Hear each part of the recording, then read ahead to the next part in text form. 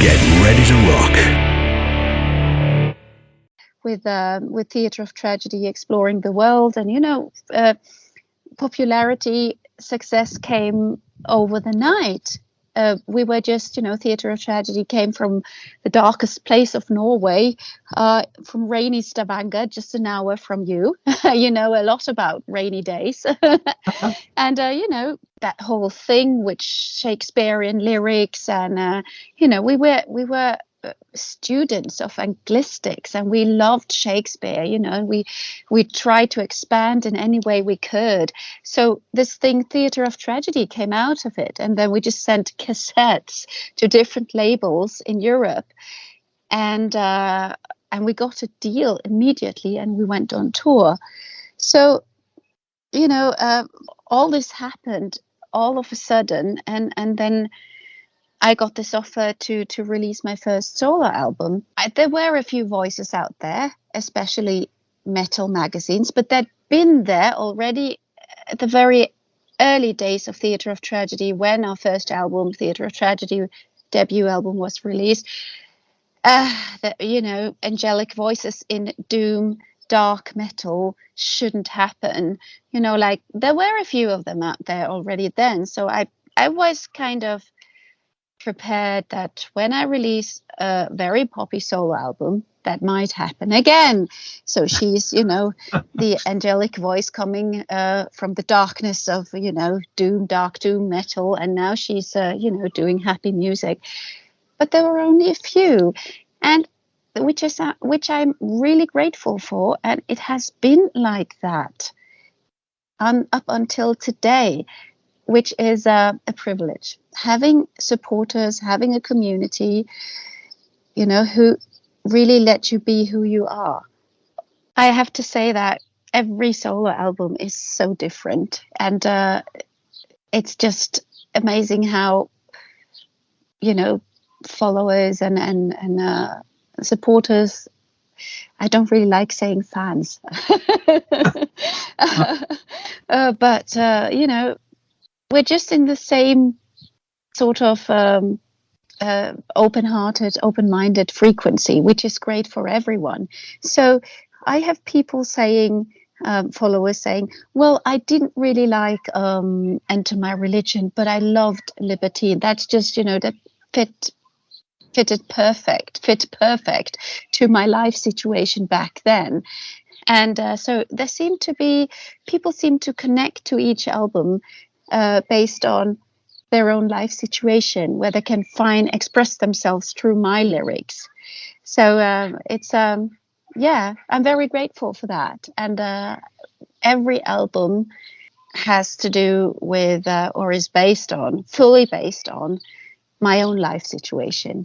And I think people find themselves in this frequency, in this setting. Yeah, they can identify easily. Yes, identification. Yes. For me, first of all, authenticity is the main thing, is the main frequency behind everything. And I do really think it's important, especially for me being an artist and doing different stuff, being highly creative. It's very important not to have any expectations. When you release something, you have to go for it with your heart. It has to come from the heart, and you have to accept people's different opinions. And I think that makes everything much easier. So how did Leaves' Eyes come about originally? You mentioned 2003. How did that develop really from Theatre of Tragedy, or was it a complete new idea really that you established, having met other musicians presumably? Yes, it was a completely new idea, and I've always been that way. I think when I'm done with something, it's over, and I'm trying to focus on something new. And I always have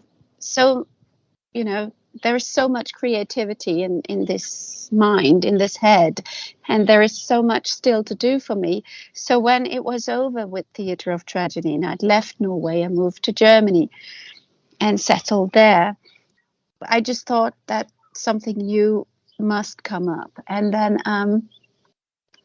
actually the very first idea that was connected to Leaves' Eyes, the band which was later called Leaves' Eyes. I actually did a couple of jam sessions with my bass player back then, Kristine, and we just jammed. And he's an amazing bass player, and I just love working with bass lines, and doing my melodies, based on bass lines. It's just a wonderful thing for me. And we came up with a couple of songs, Norwegian love song, Into Your Light. And we thought, this is great. And then, we showed it to the rest of the people being in the studio. And those were the guys of Atrocity, and they seemed to like it, including my ex-husband. And then we all, sat down and recorded an album.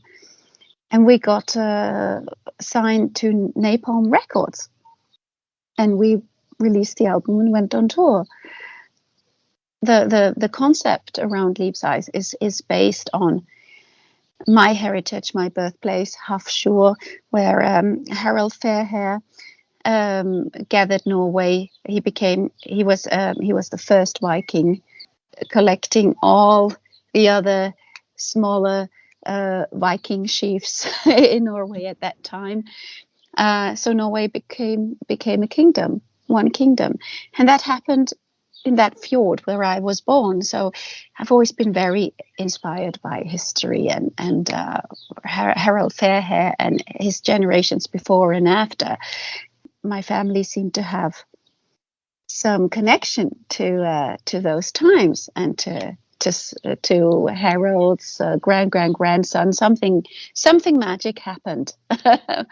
At least that's what I've heard from my family members, being into family history. And so all this was basically put into a concept called Leaves' Eyes, and then it happened.